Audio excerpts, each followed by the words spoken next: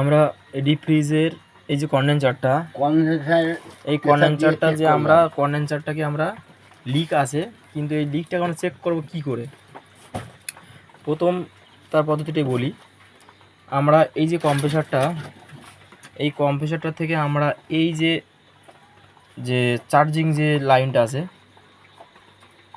একটা charging line, এই charging লাইনটাকে আমরা কি করব, প্রথমে এর এখানে একটা আমরা একটা ঘড়ি লাগাবো।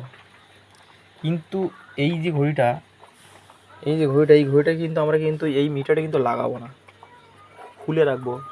তারও একটা বিষয় আছে, খুলে রাখবো একটা কারণে, এটাকে আমরা যদি বন্ধ করে দিই, এটা মিটারে যদি লাগিয়ে দিই, তাহলে কিন্তু ও কিন্তু টানতে পারবে না, চেক করতে পারবে না। এবারে সিস্টেম অনুযায়ী এটাকে এ যখন দেবে, যদি গ্যাস যদি থাকে, তখন কিন্তু আমরা এটাকে কিন্তু ক্যাপিলারি কিন্তু রাখতে পারি। তখন কী হয়, গ্যাসটা পুরো ওর মধ্যে দিয়ে ঘোরে, তো মানে আছে কম্প্রেসার কয়েলকে দেয়, আর কয়েল কি করে, এখান থেকে ডায়োড থেকে নিয়ে ফিল্টার, এখান থেকে মানে হচ্ছে ডায়োড থেকে নিয়ে ক্যাপিলারি দিয়ে আবার রিটার্নে পাঠায়। কিন্তু সেটা তো হবে না, ওই কারণে এখানে কী করেছি দেখুন, ক্যাপিলারিটা কেটে দিয়েছি। ক্যাপিলারিটা কেটে দিয়ে আমরা কিন্তু ঝাল করে দিয়েছি। ডায়োডটাকে আমরা এখান থেকে সরিয়ে দিয়েছি। এই ডায়োডটা ছিল, এই ডায়োডটা যেমন থাকে, এই ডায়োডটা থাকে এইভাবে, এই ডায়োডটাকে আমরা কিন্তু খুলে দিয়েছি, এই ডায়োডটাকে খুলে দিয়েছি। আর কি আমরা এই মাথাটাকে এখান থেকে এই যে কেটে দিয়েছি, দিয়ে আমরা এখান থেকে কম্প্রেসারটাকে চালিয়ে আমরা এখানে আমরা হাওয়া দিয়েছি, হাওয়া পাস করেছি করে এই যে জালির অপর প্রান্ত হলো এইটা। এখানে আমরা কিন্তু একটা 500 ঘড়ি লাগিয়েছি। ঘড়ি লাগিয়ে এখানে আমরা 400 হোক 450 হোক আমরা প্রেশার তুলব। প্রেশার তুলে আমরা এবারে প্রেশার তুলে নেব আগে। তখন কিন্তু এই যে লাইনটা বারবার বলছি, এই লাইনটা কিন্তু আমরা কিন্তু ঘড়িটা লাগাবো না, তাহলে কিন্তু কী হবে, কম্প্রেসারে কিন্তু সমস্যা হবে।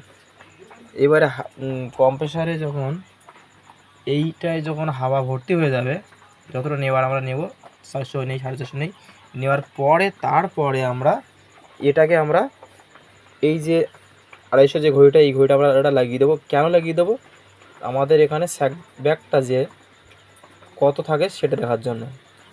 স্যাক ব্যাকটার অর্থ হলো একটাই, যে কম্প্রেসার যে কয়েলটাকে যে হাওয়াটা দিচ্ছে, ওখান থেকে এখানে যে আমরা যে আটকে দিয়েছি, এর থেকে রিটার্নে কোনো হাওয়া পাস হচ্ছে কি না, কত পরিমাণে পাস হচ্ছে, সেইটাকে দেখার জন্য আমরা এই মিটারটা লাগাবো। হাওয়াটা দেওয়ার পরে মেশিনটাকে বন্ধ করে, তাহলে আমরা জিনিসটা বুঝতে পারবো। এবার আমরা এখানে দেখতে পাচ্ছি এই যে মিটারটা, এখানে স্যাক ব্যাক আমাদের খুব সামান্য পরিমাণ আছে, এই মাত্র 10 উঠেছে। এখানে আমরা কী করেছি, 450 কিন্তু এখানে আমরা হাওয়া দিয়েছি, প্রেশার দিয়েছি 450। সেই 450 থেকে এই যে 450, সেই 450 থেকে আমাদের অলরেডি কিন্তু নামছে, কিন্তু ঘড়িটা, এই যে ঘড়িটা কিন্তু নামছে।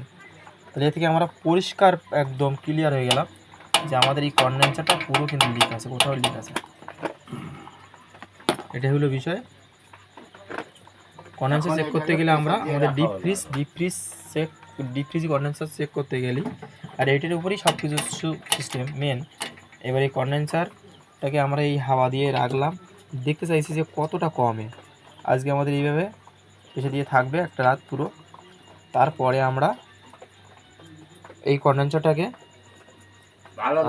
আমরা আলাদাভাবে আবার বার করবো, বাইরে বার করে আমরা আবার অন্য একটা সিস্টেম অনুযায়ী আমরা চেক করে ধরার চেষ্টা করব যে এটাকে আমরা লিকটাকে আমরা মেরামত করতে পারি কি না।